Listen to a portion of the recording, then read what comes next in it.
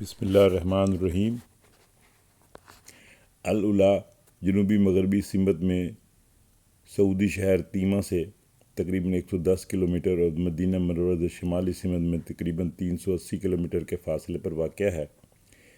یہ علاقہ کسی زمانے میں قدیم لہیان کا صدر مقام ہوا کرتا تھا اور 2000 سال پرانے آثار قدیمہ کے لیے بھی مشہور ہے۔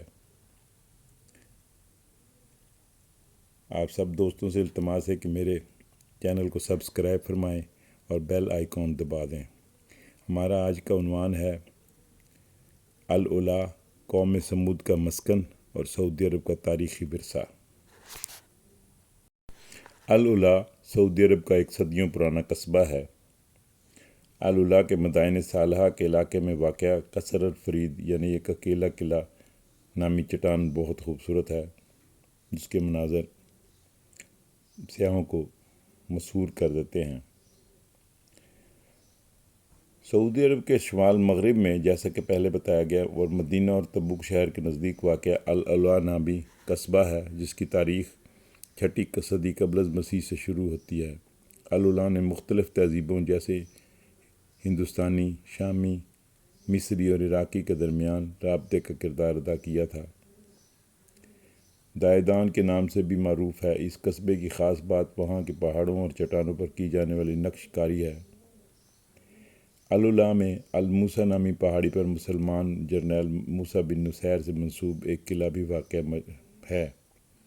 یہ تاریخی مقام ایک طویل عرصے سے عام عوام اور سیاحوں سے چھپا ہوا تھا، لیکن اب سعودی حکومت نے ملک میں سیاحت کو فروغ دینے کا سلسلہ شروع کیا ہے اور العلا کا قصبہ اس منصوبے کا اہم جزو ہے۔ اقوام متحدہ کے ادارے برائے ثقافت یونیسکو کے مطابق العلا کے قصبے میں 111 غار ہیں، جن میں سے اکثریت میں نقش کاری کی گئی ہوئی ہے۔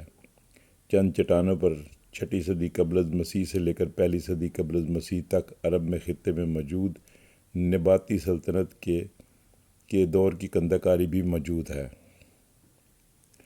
چند مورخین کے مطابق العلا کی مسلمانوں میں بھی بہت اہمیت ہے، کیونکہ مسلمانوں کے آخری پیغمبر حضرت محمد صلی اللہ علیہ وسلم غزوہ تبوک کے سفر میں اس علاقے سے گزرے تھے۔ سعودی عرب کے ولی عہد محمد بن سلمان نے فرانس کے ساتھ اس سال ایک معاہدہ کیا ہے، جس کے تحت العلا کے مقام کو سیاحوں کے لیے تیار کیا جائے گا۔ العلا کی چٹانوں پر مختلف نوعیت کی نقش کاری کی گئی ہے، جن میں سے کئی جانوروں کی تصاویر بھی شامل ہیں، اور یہ بات حیران کن ہے کہ ماضی کے ان آثار کو آج تک یہ پتہ نہیں چل سکا کس نے تخلیق کیا تھا۔ العلا کے مشہور مقامات میں ایک جبل الفیل یعنی ہاتھی کی چٹان ہے، کیونکہ اس کی شکل ایک ہاتھی سے ملتی ہے۔ العلا میں واقع یہ چٹان ایک ارضیاتی عجوبہ ہے۔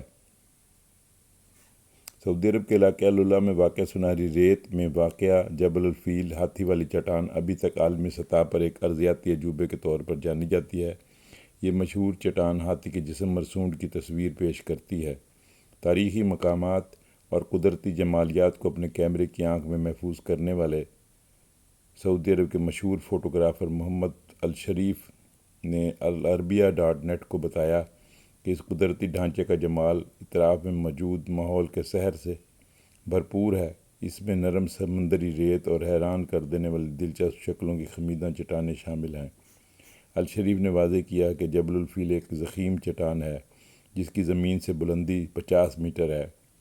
یہ ہاتھی سے مشابہت رکھنے کے سبب خصوصی امتیاز رکھتی ہے۔ اس چٹان کے اطراف پہاڑیوں کا ایک مجموعہ ہے۔ یہ مدینہ منورہ کے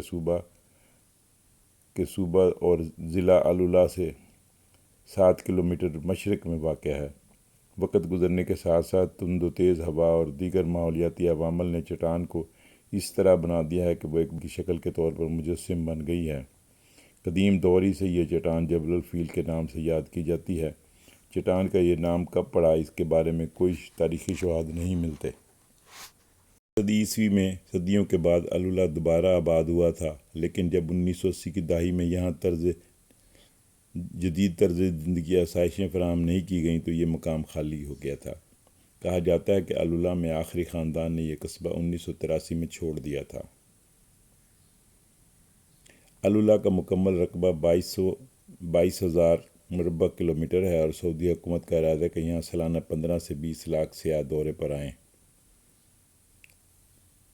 اگر سعودی حکومت نے اپنے مسیح منصوبے پر عمل درآمد کرانے میں کامیاب ہو گئی تو 6 صدی قبل از مسیح میں نباتی سلطنت کی قیادت میں قائم کیے جانے والا الولا کا قصبہ ایک بار پھر سیاحوں کا مرکز بن جائے گا۔